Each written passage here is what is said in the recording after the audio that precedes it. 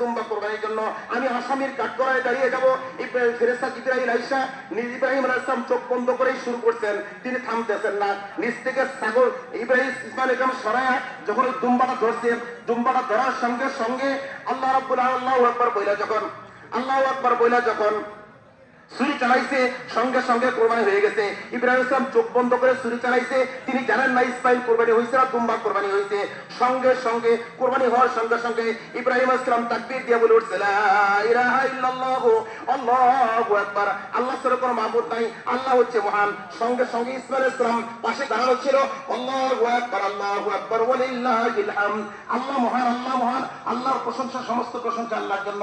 ইব্রাহিম ইসলাম চমকে গেছে, সন্তানকে কোরবানি করার কথা বলে, কারণ কি তাকায় দেখে সামনে জিবরাইল, দুম্বা কোরবানি হয়ে গেছে।